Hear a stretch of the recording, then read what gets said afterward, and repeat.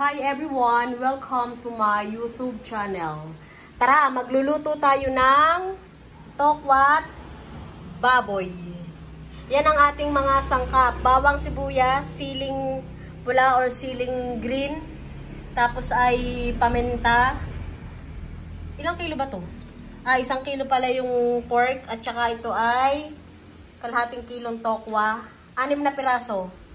1/4 yung kinchay at yung sibuyas natin, tansyahan na lang din at meron tayong toyotsuka at asukal. Tapos oil para sa ating pagpiprituhan. Eto na Mars yung ating 6 na pirasong tokwa. Malapit na rin siyang maluto at malapit na rin nating ahunin. Luto na ang ating tokwa at napakaganda ng kanyang pagkakaluto. Oh, walang sira, saktuhan lang. Ito na yung ating 1 kilong hiniwa-hiwang pork. Any parts ng pork. So, tinimplahan na natin siya ng asin at saka pamenta. Iprito na natin siya maya-maya. Ngayon naman, nagpiprito tayo ng pork. Low fire lang para hindi masyadong persado ang pagkakaprito. At luto na rin ang ating pork. Ngayon, kakanaw tayo or magtitimpla tayo ng ating sauce.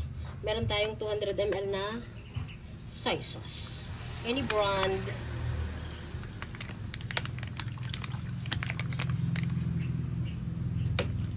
At 200 ml na vinegar. Any brand.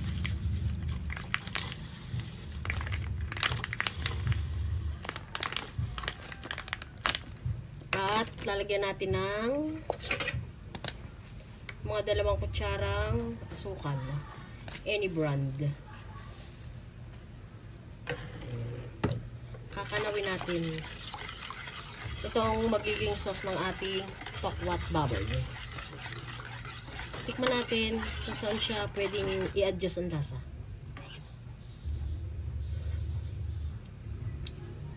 Wow, tokwat baboy na talaga ang lasa. Soy sauce pa lang. Panalo na.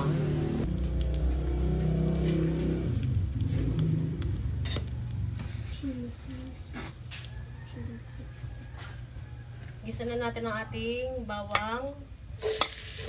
Tama ko na ang sibuyas.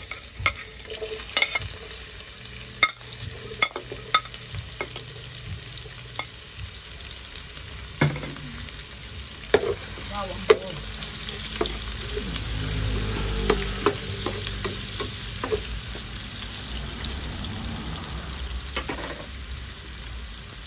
Lalagyan natin ang ating tokwa at ang ating pork. Oh, ang dami.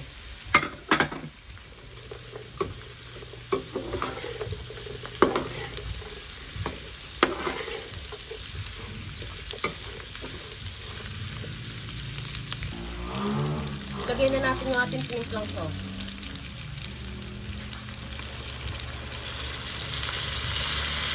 Masyadong marami yung gawa ko, so baka maya-maya tansyahin lang din natin. Hindi ko siya masyadong unilahat. Ilagay natin yung ating sili tsaka kinchay.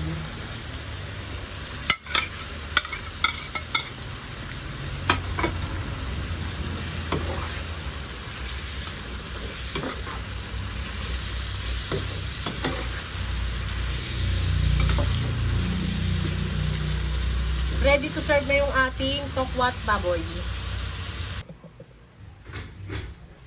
Maraming salamat sa panunood. Ingat tayo lagi. Serve na ang ating tokwat baboy.